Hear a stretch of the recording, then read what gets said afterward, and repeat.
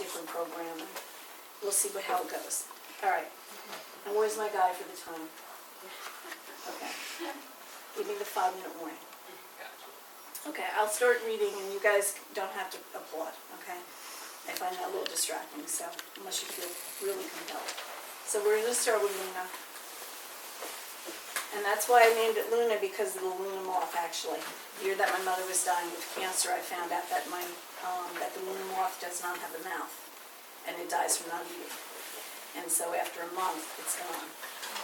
And because my mother had cancer, I thought of that it was that kind of a, I equated it to the moth. And so a lot of this is true. That's something I should say, that someone once asked a poet, is this a real poem, or is this made up right out of your head?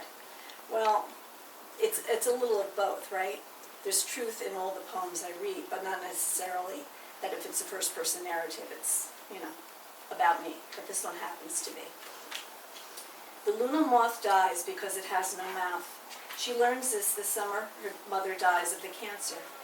It starts out like a quickening, an easy pregnancy, her mother tells her, a fluttering like wings. Her mother says that New Year's moths have invaded her mouth, have crawled down to her stomach, their wings furiously weaving her ribs. It is not unpleasant, she says. It can't be dangerous. Afterward, she appears as mossy slices of apple on 2 wings. How perfect it is that she follows her daughter everywhere, her heart beating at her side. Her breath is as unnoticed as a morning breeze. She is fragile as a vine climbing to reach the moon. She is a stem set loose by the sky. The Luna moth alights the daughter's left hip and stays, its antennae searching the warmth of her skin. The mother fans her like a leftover queen, reverent of her hips, the bottom she used to diaper. She reads that butterflies are a sign from the fallen. Her friends say a butterfly could have been a warrior or soldier. This moth is close enough to believe them. Later, she is astonished to discover that it has no mouth and will die from not eating. There are no trembling lips, no parched mouth to take in its last truth. In the end, there is no proof that her daughter will walk away from her, shining as brightly as an opalescence, a crescent of light.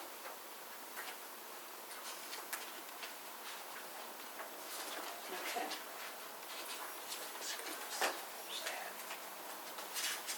Salt.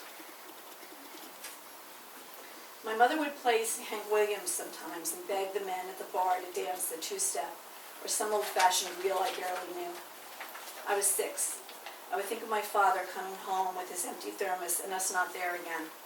I had a stomach full of fear, glasses shattering as his hand would clear the table from the night before. I'd plead with the bartender through eyes like lobed fruit. My mother would say I was shy, and they'd poke bony fingers at me. If one pulled me on his lap while my mother danced, I'd smell the stale sweat and beer.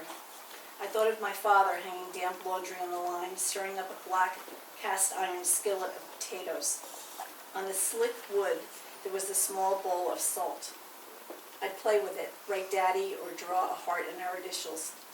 I promised when I was older, I'd steal away with him to Mexico.